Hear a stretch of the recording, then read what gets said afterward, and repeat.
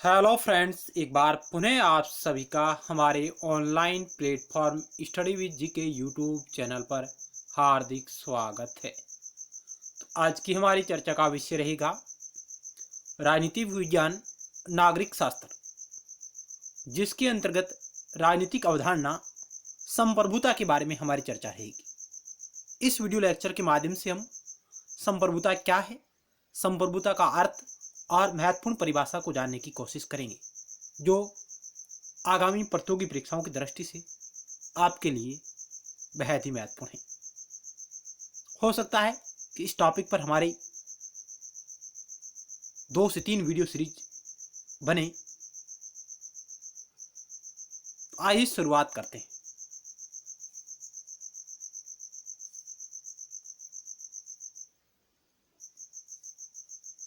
संप्रभुता, जिसे इंग्लिश में सॉवरेंटी भी कहा जाता है। सॉवरेंटी इंग्लिश शब्द यह लैटिन भाषा के सुपरनेस से बना है, यानी सॉवरेंटी, जिसका हिंदी रूपांतरण संप्रभुता है, प्रभुसत्ता है, राजसत्ता है। यह लैटिन भाषा के सुपरनेस से उत्पन्न हुआ है, जिसका अर्थ होता है सर्वशक्ति।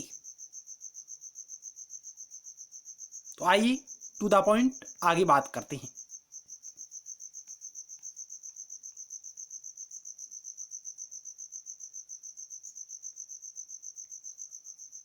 प्रभुसत्ता या संप्रभुता राज्य का आवश्यक तत्व है।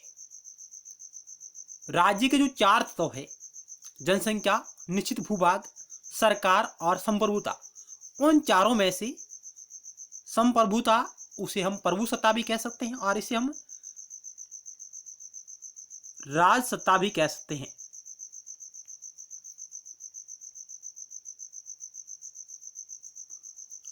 प्रभुसत्ता, संप्रभुता या राजसत्ता या सॉवरेंटी राज्य का आवश्यक तत्व है।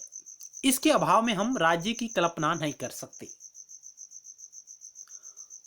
राज्य अपनी इसी लक्षण के कारण आंतरिक दृष्टि से सर्वोच्च और बाहरी दृष्टि से स्वतंत्र होता है। यानी कोई राज्य, देश, राजनीति में देश के लिए राज्य शब्द का प्रयोग किया जाता है अधिकतर। कोई राज्य अपने इसी लक्षण के कारण, यानी संप्रभुता या सॉवरेंटी के कारण ही आंतरिक दृष्टि से सर्वोच्च और बाहरी दृष्टि से स्वतंत्र होता है। राज्य के 4 अंगों, जनसंख्या, निश्चित भूभाग, सरकार और संप्रभुता में से सरकार और संप्रभुता को राज्य का आध्यात्मिक आधार माना जाता है। यानी सरकार और संप्रभुता को राज्य का आध्यात्मिक आधार माना जाता है और संप्रभुता को राज्य की आत्मा, साउल ऑफ स्टेज भी कहा जाता है। संप्रभुता राज्य का सबसे महत्वपूर्ण तत्व है। इसके बिना राज्य की कल्पना करना व्यर्थ है।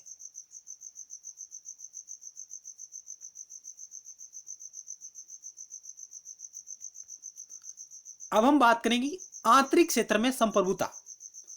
आंतरिक क्षेत्र में संप्रभुता के विचार का यह अर्थ है कि राज्य अपने नियंत्रण के अधीन क्षेत्र में सर्वोच्च सत्ताधारी है। अर्थात आंतरिक क्षेत्र में संप्रभुता के विचार का यह अर्थ है कि राज्य अपने नियंत्रण के अधीन क्षेत्र में सर्वोच्च सत्ताधारी है। सभी लोग तथा उनके संघ राज्य के नियंत्रण के अधीन है। आंतरिक क्षेत्र किसी देश के अंतर्गत या किसी राज्य के अंतर्गत जितने भी लोग निवास करेंगे, वो राज्य की आज्ञा का पालन करने के लिए उन्हें जरूरी होगी।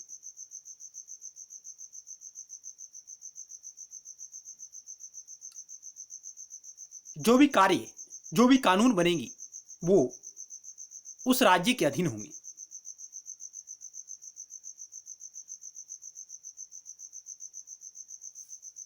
बाहरी क्षेत्र में संप्रभुता के विचार का अर्थ है कि राज्य का किसी भी विदेशी आधिपत्य या नियंत्रण से मुक्त होना है। बाहरी संप्रभुता का मतलब ये रहेगा कि कोई भी देश किसी अन्य देश के साथ समझौता करे या न करे, यह उसकी क्या है, संप्रभुता है, वो स्वतंत्र है। उसके साथ समझौता कर भी सकता है, उसके साथ नहीं भी कर सकता है।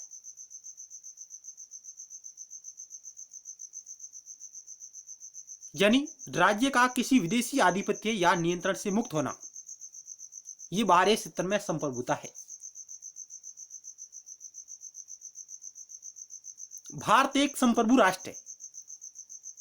भारतीय संविधान की प्रस्तावना इस बात का उल्लेख करती है।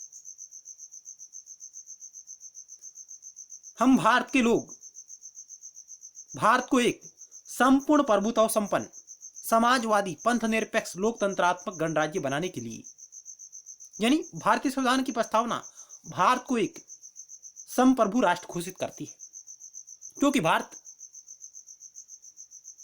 अपने आप में स्वतंत्र है। वह किसी अन्य देश की उपनिवेश नहीं है, अन्य देश की आज्ञाओं को मानेगा नहीं। भारत किसी भी देश के साथ समझौता कर सकता है या नहीं करे, यह भारत सरकार का अधिकार है। तो भारत आंतरिक रूप से और बाहरी दोनों रूप से क्या है, संप्रभु है।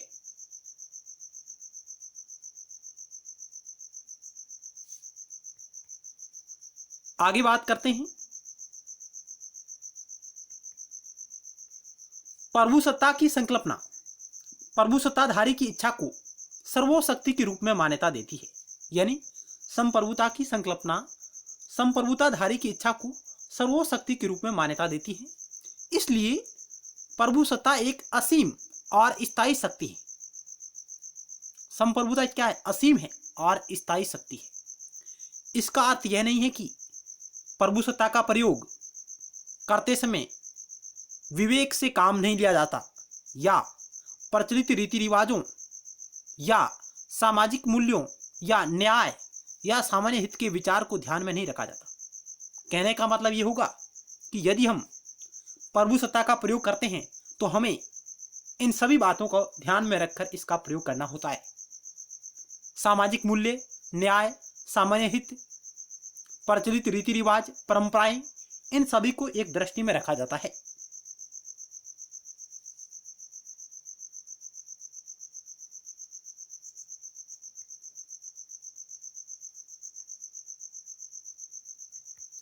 इसका अर्थ केवल यह है कि इन सभी बातों का अर्थ लगाते समय प्रभुसत्ताधारी को किसी दूसरी सत्ता या संगठन से सलाह नहीं लेनी होती है। यानी जब प्रभुसत्ताधारी इन सभी बातों के बारे में गौर करेंगे, सामाजिक मूल्य, न्याय, सामान्य हित, प्रचलित रीति रिवाज, इन सभी बातों का ध्यान रखेगा, तो प्रभुसत्ताधारी क्या करेगा, उसे किसी दूसरी सत्ता या संगठन से सलाह लेनी नहीं होती है। इसलिए वो अपने आप में क्या है, संप्रभुधारी है। आगे हम अगली वीडियो सीरीज में प्रश्नों के माध्यम से इस टॉपिक को बहुत ही अच्छी तरह से समझने की कोशिश करेंगे कि इस टॉपिक से किस प्रकार के सवाल प्रतियोगी परीक्षाओं में पूछे जा रहे हैं। मल्टीपल चॉइस क्वेश्चनों के माध्यम से हम इसे अच्छी तरह समझने की कोशिश करेंगे।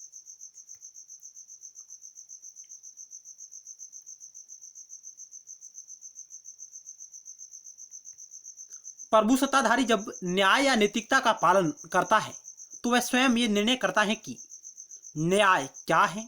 वह उचित अनुचित का निर्णय अपने विवेक से करता है, किसी दूसरे के निर्देश से नहीं। यानी कि जो भी प्रभुसत्ताधारी है वह न्याय या नैतिकता का पालन करता है, तो वह स्वयं ये निर्णय करता है कि न्याय क्या है, क्या वह उचित है, क्या अनुचित है। ये सभी निर्णय अपने विवेक से करता है, किसी बाहरी व्यक्ति के दबाव में आकर नहीं करता है। और प्रभुसत्ता को निरंकुश शक्ति मानना युक्ति संगत नहीं होगा। हम ये नहीं कह सकते कि प्रभुसत्ताधारी निरंकुश है।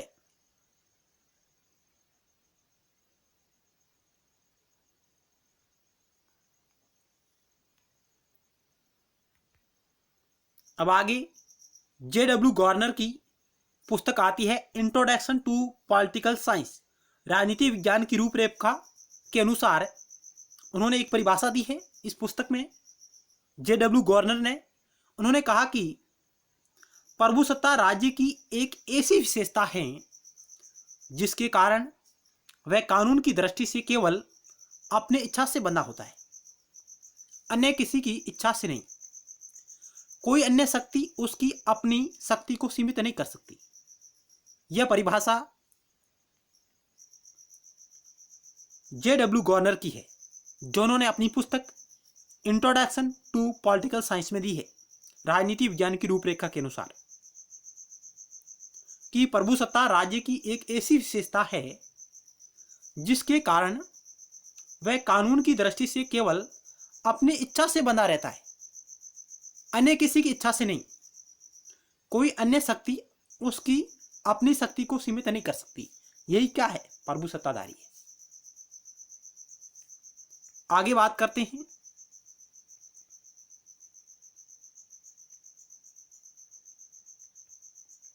प्रभुसत्ताधारी सॉवरेन, चाहे कोई मुकुटधारी नरेश हो या मुख्य कार्यकारी हो या कोई सभा, वह केवल अपनी इच्छा से कानून की घोषणा कर सकता है। जिसके पास संप्रभुता होगी, चाहे वह राजा हो, चाहे मुख्य कार्यकारी अधिकारी हो, चाहे कोई सभा का अध्यक्ष हो, वह केवल अपनी इच्छा से कानून की घोषणा कर सकता है। यदि उसके पास संप्रभुता है तो वह आदेश जारी कर सकता है और राजनीतिक निर्णय कर सकता है।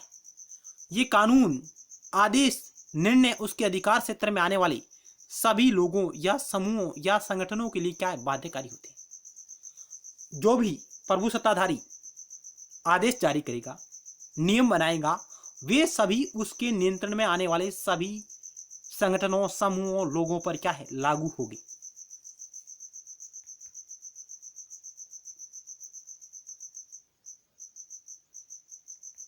वास्तव में राज्य की सर्वोच्च कानूनी सत्ता, सुप्रीम लीगल अथॉरिटी के इस विचार को प्रभुसत्ता की संकल्पना के आधार पर ही स्थापित किया जा सकता है। यानी राज्य की जो सर्वोच्च कानूनी सत्ता है वही क्या है? उस विचार को हम प्रभुसत्ता की संकल्पना के रूप में स्थापित कर सकते हैं।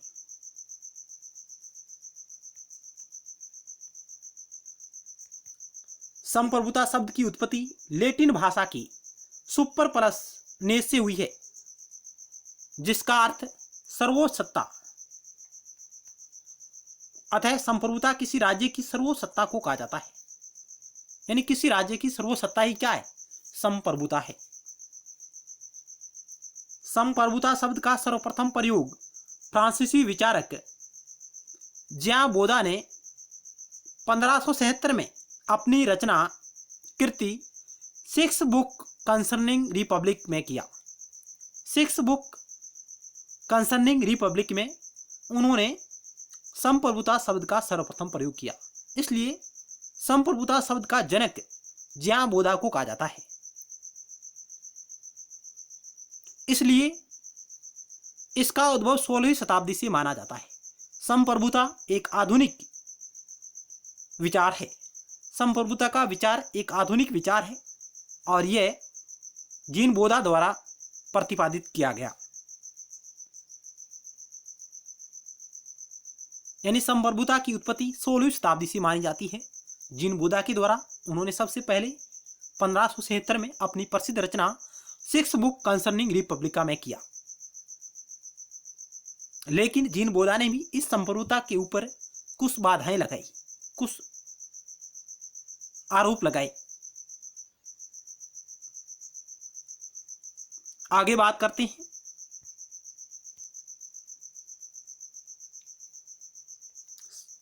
संप्रभुता का मूल यूनानी विचारक अरस्तु के विचारों में भी दिखाई देता है। इसी प्रकार मध्य युग में रोमन न्यायशास्त्री संप्रभुता के लिए राज्य की सर्वोच्च शक्ति सुमा प्रोटेस्टास अथवा राज्य की परम सत्ता प्लेनिटिडो प्रोटेस्टिस शब्दावली का प्रयोग किया। यानी यूनानी विचारक अरस्तु ने भी उनके विचारों में भी संप्रभुता का मूल दिखाई देता है, लेकिन वे इस संप्रभुता के विचारों से अनभिज्ञ थे, क्योंकि उन्होंने इस शब्द का प्रयोग नहीं किया। इसके लिए वे अन्य शब्दावली का प्रयोग करते थे। इस विचार से वे अनभिज्ञ थे। इसी प्रकार मध्य युग में रोमन न्याय शास्त्रियों ने भी संप्रभुता के लिए राज्य की सर्वशक्ति सुमा प्रोटेस्टास अथवा राज्य की परम सत्ता प्लेनिट्यूडो प्रोटेस्टास शब्दावली का प्रयोग किया, लेकिन संप्रभुता शब्द से वो बचते रहे। इसका उन्हें ज्ञान नहीं था। आखिरकार 16वीं शताब्दी में जीन बोधा द्वारा संप्रभुता शब्द का प्रयोग किया गया। अपनी पुस्तक 6 बुक कंसर्निंग रिपब्लिका में। तो हम कह सकते हैं कि संप्रभुता का विचार आधुनिक काल की देन मानी जाती है।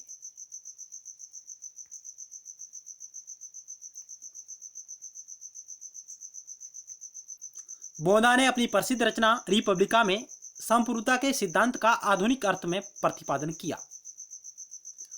जीन बोधा ने आंतरिक संप्रभुता इंटरनल सॉवरेंटी का स्पष्ट उल्लेख किया, यानी उन्होंने आंतरिक संप्रभुता की बात कही जीन बोधा ने।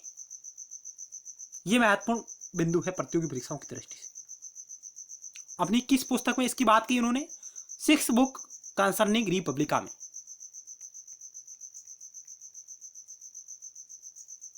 और उन्होंने आंतरिक संप्रभुता का स्पष्ट उल्लेख किया है, लेकिन संप्रभुता पर जीन बोधा ने ही कुछ बाधाओं को आरोपित किया है। आगे बात करें तो हुगो ग्रोसियस ने 17वीं शताब्दी में बाह्य संप्रभुता एक्सटर्नल सॉवरेंटी की धारणा को अभिव्यक्त किया। बाह्य संप्रभुता, अंतर्राष्ट्रीय संप्रभुता, इसकी बात हुगो ग्रोसियस ने की है। इसलिए हुगो ग्रोसियस को अंतर्राष्ट्रीय कानून का जन्मदाता भी माना जाता है। अंतर्राष्ट्रीय कानून का जनक भी कहा जाता है हुगो ग्रोसियस को। इन्होंने बाहरी संप्रभुता की धारणा को अभिव्यक्त किया है।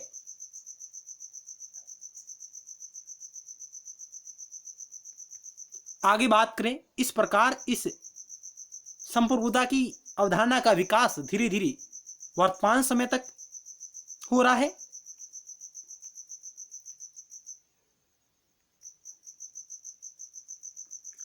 ऐसा माना जाता है कि इस सिद्धांत की उत्पत्ति 16वीं शताब्दी में हुई।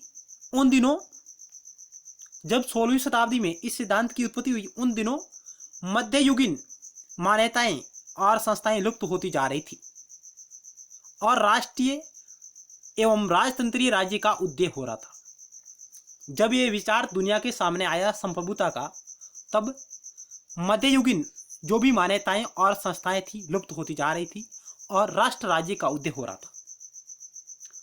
प्रभुसत्ता का सिद्धांत इसी राज्य का औचित्य स्थापित करने के उद्देश्य से प्रस्तुत किया गया, यानी राष्ट्र राज्य की राजतंत्रीय राज्य का उदय हो रहा था और इसी की औचित्य स्थापित करने के लिए यह सिद्धांत हमारे सामने आया।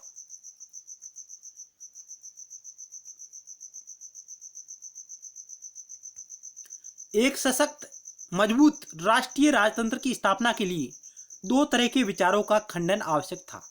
उस समय 16वीं शताब्दी में एक मजबूत राष्ट्रीय राजतंत्र की स्थापना के लिए 2 तरह के विचारों का खंडन आवश्यक था और इनका खंडन करने से ही संप्रभु की अवधारणा का विकास होने लगा।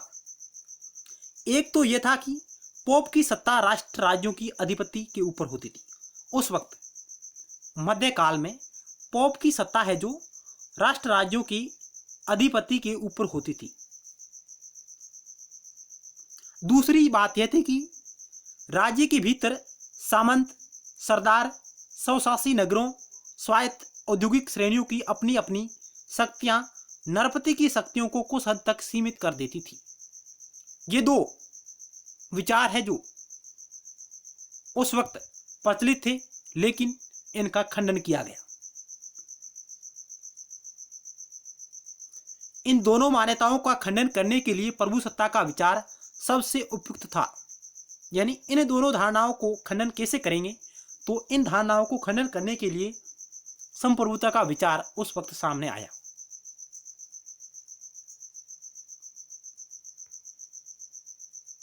आगे चलते हैं। फ्रांस में राष्ट्र राज्य का उदय होने लगा और ज्यां बोदा ने अपनी प्रसिद्ध कृति द रिपब्लिका, जिसका पूरा नाम सिक्स बुक कंसर्निंग रिपब्लिका के अंतर्गत राज्य को परिवारों और उसकी मिलीजुली संपदा का एक ऐसा संगठन बताया जहां एक सर्वोच्च शक्ति और विवेक का शासन चलता है। जीन बोदा ने अपनी इस पुस्तक में कहा कि राज्य है जो राज्य को उन्होंने परिवारों और उनकी मिलीजुली संपदा का एक ऐसा संगठन बताया जहां पर एक सर्वोच्च शक्ति और विवेक का शासन चलता है।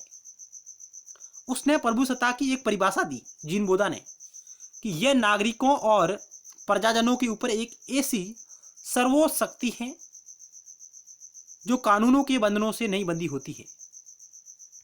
जीन बोदा प्रभुसत्ता की परिभाषा देता है संप्रभुता की, तो वो कहता है कि यह नागरिकों के और प्रजाजनों के ऊपर एक ऐसी सर्वोच्च शक्ति है, उसका संकेत देती है, जो कानूनों के बंधनों से नहीं बंधी है।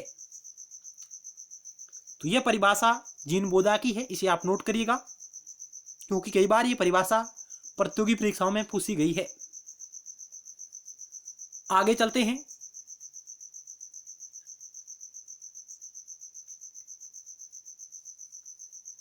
संप्रभुता के संदर्भ में विद्वानों की प्रमुख परिभाषाएं।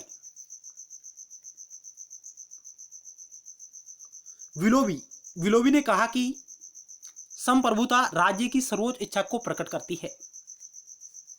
विलोबी कहते हैं कि संप्रभुता राज्य की सर्वोच्च इच्छा को प्रकट करती है। आगे बोदा की परिभाषा है, संप्रभुता नागरिकों तथा प्रजाजनों पर विधि द्वारा अमर्यादित सर्वोच्च शक्ति है। संप्रभुता नागरिकों तथा प्रजाजनों पर विधि द्वारा अमर्यादित सर्वोच्च शक्ति है। यह जीन बोदा की परिभाषा है।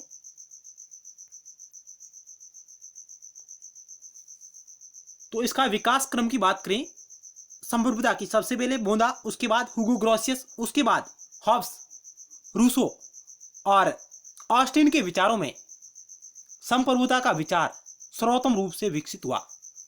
सबसे पहले बोदा, उसके बाद हुगो ग्रोसियस, हॉब्स, रूसो और ऑस्टिन के विचारों में संप्रभुता का विकास अपने चरम सीमा पर पहुंचा धीरे धीरे।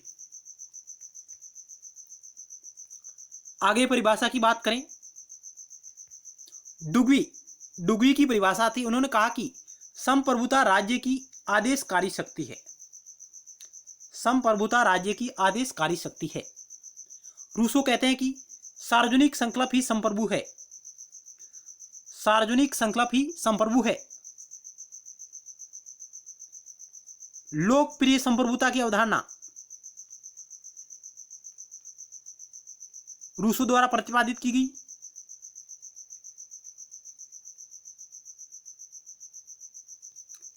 पॉपुलर सॉवरेंटी की बात रूसो करता है। रूसो को संप्रभुता के उच्च धर्मादेश के रूप में भी जाना जाता है। रूसो को संप्रभुता के उच्च धर्मादेश के रूप में भी जाना जाता है। मित्रों, ये फैक्ट आप नोट करिएगा।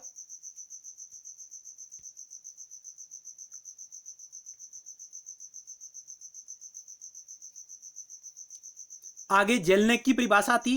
जेलनेक ने क्या कहा है कि प्रभुसत्ता राज्य का वह गुण है जिसके कारण वह अपनी इच्छा के अलावा किसी दूसरे की इच्छा या बाहरी शक्ति के आदेश से बंधा नहीं होता है। यानी प्रभुसत्ता राज्य का वह गुण है जिसके कारण वह अपनी इच्छा के अलावा किसी दूसरी इच्छा या बाहरी शक्ति के आदेश से बंधे नहीं है। यह जेलनेक की परिभाषा है।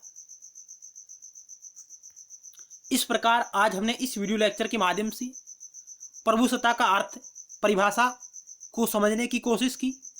मिलते हैं नेक्स्ट टाइम एक नए टॉपिक के साथ और महत्वपूर्ण सवालों के साथ। अगली वीडियो सीरीज में हम संप्रभुता के प्रतिपादक, उनकी विशेषताएं, बहुलवादी सिद्धांत, ऑस्टिन का संप्रभुता सिद्धांत, संप्रभुता का एकलवादी सिद्धांत, संप्रभुता का बहुलवादी सिद्धांत, लोकप्रिय संप्रभुता, अद्वैतवादी सिद्धांत, संप्रभुता के लक्षण और प्रकार एवं उसकी विशेषताएं और महत्वपूर्ण सवालों के बारे में चर्चा करेंगे, एमसीक्यू के बारे में। तब तक के लिए धन्यवाद। जय भारत।